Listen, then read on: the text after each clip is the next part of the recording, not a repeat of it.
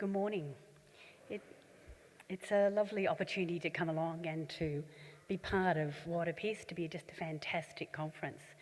I wanted to pay my respects to the traditional owners, the Wurundjeri people of the Kulin Nation on whose land this conference is being held, and to elders past and present and emerging. And for a community that has protected our lands and had custody for 60,000 years, I very much respect their culture. I wanted to talk about a range of things today, but I thought it might be worthwhile, first of all, to kind of start by saying how much I think about Rotary. I've had a lot of different experiences with Rotarians, and some of you here, I know today, will have had contact with me in different ways across Victoria while I was the Police Commissioner, but also with the bushfire recovery. And as I came a bit earlier today just to watch and get a bit of sense of what your conference was about, I kind of saw a range of activities and actions and commitments that you make. And often, you know, when you do the job, so many of you do in the sense of being part of Rotary, not a lot of times do you get congratulated. But I want to do that. I'm a citizen, just a member of the Victorian community these days, but certainly the work you do, you shouldn't underestimate the difference that you're making in so many communities. And certainly I watched people during my time in Victoria Police. I used to get invited to lots of Rotary breakfasts and lunches and dinners, and to come along and speak and to work with those local Rotary organisations, and whether it was with family violence or, you know, a range of different activities. But I suppose two of them for me I wanted to just mention. One was a mentoring program that some of you might remember or been part of, and it was a program that I think made an enormous difference in Victoria Police. And that was that Rotary members, who were in fact part of starting the mentoring program, and then went out and found people to work with our senior executives, and then they would expose those executives to a whole range of experiences, and I think it made an enormous difference to the way the senior management of Victoria Police saw their roles and saw the community. See, one of the things happens as a police officer, in some cases you're always just focusing on the kind of negative parts of our community. But what they saw with you, when many of you were involved, was the other sides of our community, the wonderful people and the way that people went about their work. And my second part I wanted to talk about was the Rotary response to the bushfires. So where it's now the 10th anniversary for the bushfire we called it the Black Saturday fires. But as many of you would know, those fires had actually been occurring for much of January and then continued for some time afterwards. But Black Saturday was the day we lost 173 people, and then a number of others after that. So I think Rotary's response, I remember meeting with the senior leadership of Rotary in Victoria, who then were representing really people across Australia, and anything that we wanted done was done. And it just ranged from a whole kind of, if funds were available, but so was many other parts of it. And so my experience in how I've worked with Rotary and the way that you did your job was just fantastic. So I wanted to say a couple of other things. So this topic's really about being a female in a male-dominated organisation and how you might lead in that organisation.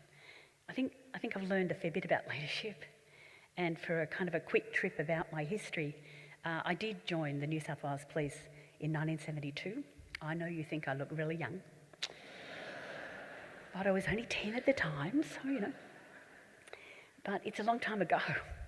There were 130 women and 8,000 men when I joined. And I remember walking into the academy on the first day and they said, "There's another woman in the class." I said, "Well, she'll be easy to spot." And I guess that's where I started. And what I saw, though, was amazing change happen over the time I was there. And I was lucky enough to be part of that. And in some ways, as your introduction said, I stepped into some of those roles, and others I took the chance and saw it, and others I didn't want to have to do it, but in fact I looked around and there weren't a lot of other people volunteering. And so I suppose my experience really has been watching policing change, watching a whole range of things occur. And just to start with, so my registered number in New South Wales is 173, which meant from 1915, when they first had women in policing, until I came in 1972, that's all the women there had been. And I remember my dad said when I wanted to join, well, you know, you're not allowed to join. And I said, why not? He said, no, it won't be, it's not good for you. And of course, you can't say that to a 19-year-old. It's, you know, I figured Dad was wrong as usual. And Mum and I got together, and it became kind of an overwhelming force, and I joined. But the reason he said I shouldn't join, he said there is no future for women. They're never going to be accepted. They're never going to have the numbers expand. And he had quite a bit of experience in having watched that along the way. So what happened, though, it was the time of change in our world, in our communities in the 70s and the 80s. And so what I watched in policing and was sometimes part of was just opening up the numbers. We used to have height limits, which kind of excluded 95% of the women. We had kind of systems and practices that were just not evidence-based or real. And so things really did start to change. I became one of the firsts, and I turned out I had a number of firsts, but one of them was the first to work in operational policing. And just because they wanted to test us out, they sent us to Darlinghurst, King's Cross in the 70s. It was a busy spot.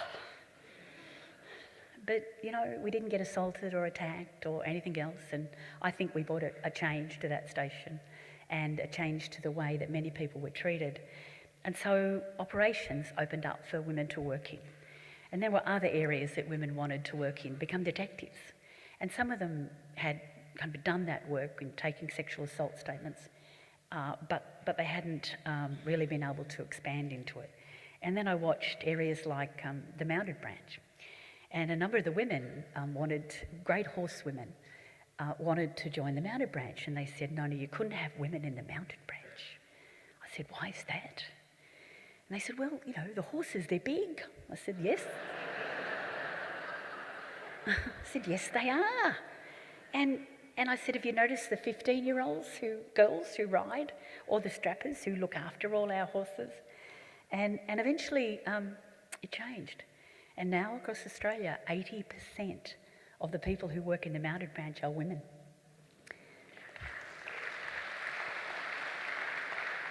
Because they love their horses and they do know how to handle them. And I've been in demonstrations when I've watched our women in Victoria Police, you know, sometimes 5'5", 5'4", handle 17, 18 hand horses perfectly in difficult circumstances. And so you see that. And then there was the dog squad. And I remember they said to me, no, women can't work in the dog squad. I said, why? And they said, well, you know, the dogs will get upset.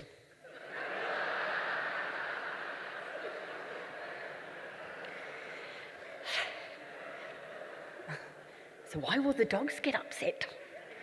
I said, you know, women. I said, I do. I've been one for quite a while, you know.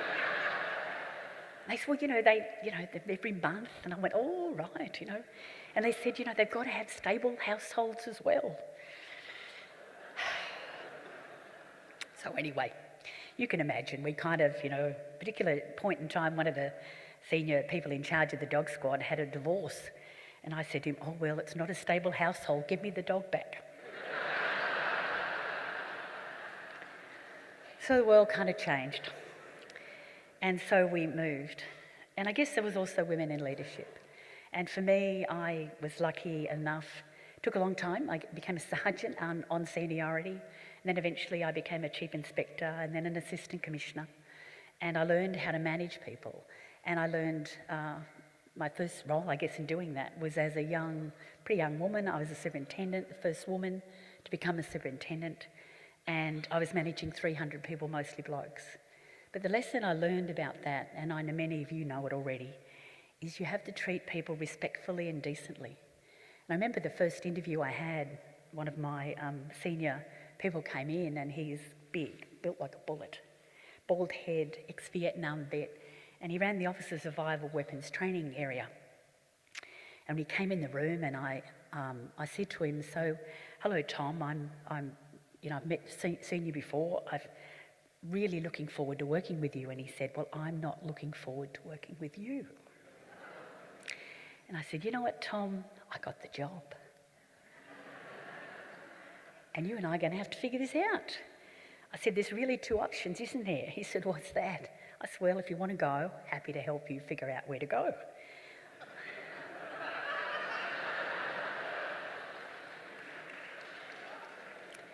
But you know, Tom, I'd really like you to stay. You see, I don't know about weapons training and officer survival, and you do. And I reckon if you and I could work together, we could make a difference. And he said to me, are you serious? I said, yeah, I am actually. I reckon we could do this together. And you know, the lesson I learned that day is about leadership. It's about supporting people. It's about encouraging. It's about trying to get the best out of them and managing people in a way that they're able to achieve the best they possibly could for the organisation and for themselves. And then I went on to become an assistant commissioner, and then in 2001 I got a call from my dad. Now, we had talked between there and when I joined, but you know.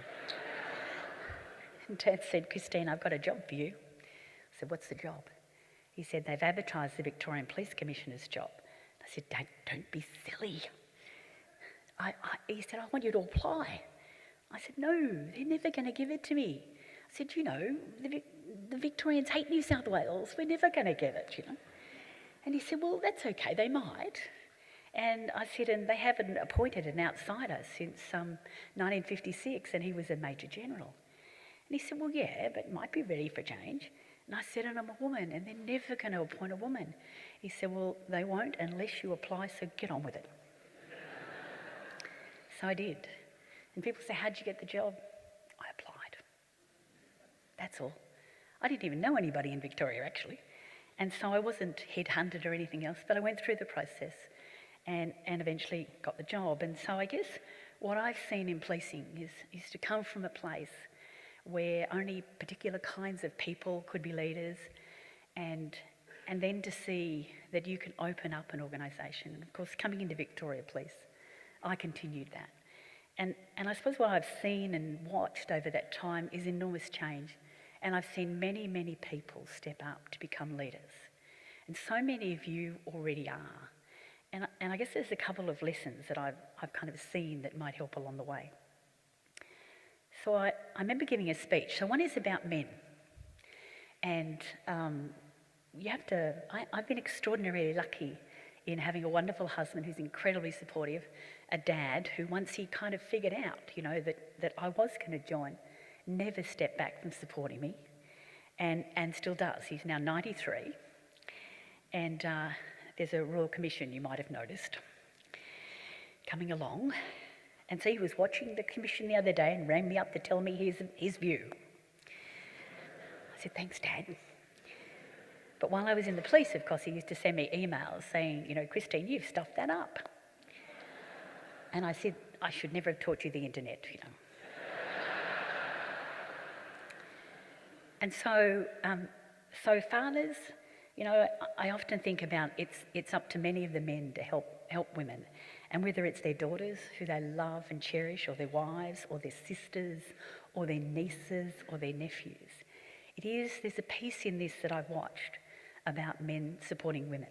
And not to, in a sense, kind of fix the women up, and what I mean by that is sort of, oh, well, she's got these flaws and this needs fixing. But it's really about support and advocacy. And Dad tapping me on the shoulder and saying, Christine, apply for that job. And his belief and my husband's belief, and then turned out quite a range of other people, including the government of Victoria. And so I think there's a piece about that. I remember giving a speech at an organisation not very far away in a male club, and I kind of said these things to the dads, you know, that one day someone just like you is not going to point your daughter to a job that she's extraordinarily well qualified for. And so maybe the dads and the blokes and the husbands and partners. So what I've seen is that makes a difference along the way. I remember my dad in the 60s was in the union, in the police in New South Wales, and advocated for women to have equal pay in the 60s. He said, I can't figure out why they're not being paid equally. Well, they won that argument, and from there on women were. I think the second piece is about women ourselves. Now, I see so many women in Rotary, and I know there are more women in senior positions, but I still think there's a bit more to go. And I think that we too, so if we have men supporting us, We have, and look at ourselves, overcoming our fears and thinking about, we can do this job. I remember when I sat in front of Tom, it might have sounded like I was awfully confident, but I wasn't so sure. And then getting appointed to Victoria Police, I went, oh my God, what have I done now? I think my husband said the same thing, actually. But you do it, and you step up and step into that role. You say, I can do this. Not going to make everything perfect. I'm going to make mistakes, but I am going to have a go at it. And so I think that is the piece for us. I often watch our young women in Victoria Police who didn't put themselves forward for promotion, and I said, well, why not? And they said, well, they only had 7 of the 8 key selection criteria. And I went, it'll be okay, have a go. And so I think it's an important piece for us to recognise our skills. And I remember a woman joined Victoria Police, and she was 54 years old. And her daughter came up to me at the graduation and said, I'm a bit concerned about Mum. I said, Mum's had 5 kids. She's a triathlete champion. I think she'll be perfectly fine. And of course she was. And so I think the women and the last part is about the systems. And there's a real piece in here that we sometimes forget. And we're obviously all watching, arguments about whether you have quotas or whatever. But certainly when I came to Victoria Police, only 18% of the organisation sworn officers was female. When I'd left New South Wales, they were up to 32%. And so I couldn't quite figure out what was the problem. And so I remember I said we were going to target for 25%, and the union took me to court and said you can't target like that. And I said, I don't care, we're going to do our best anyway. And then we still didn't see women coming. And so what happened was I called up the recruiting people. This kind of went for a while. And I got the recruiting inspector in and said to him, so tell me what it is. What's happened here? And he said, oh, well, and he went through various things. He said, about 40% of the applicants are women. I said, I'm not seeing them.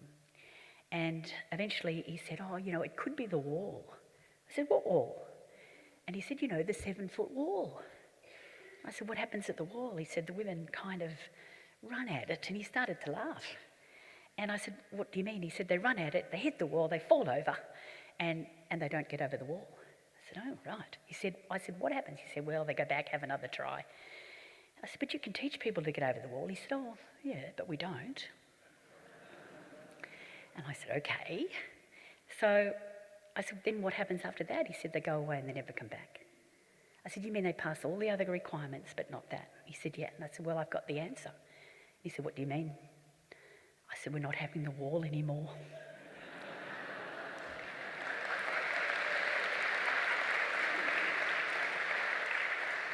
And he said to me, but we've always had the wall.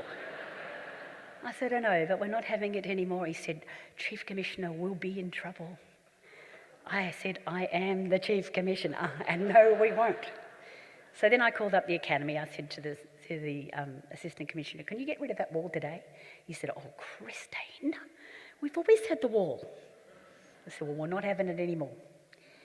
And so 2 days later, I found myself at a press conference with the wall. And one of my favourite newspapers had said, Chief Commissioner was lowering standards. And I said, no, it wasn't, it's just gone. I didn't lower it.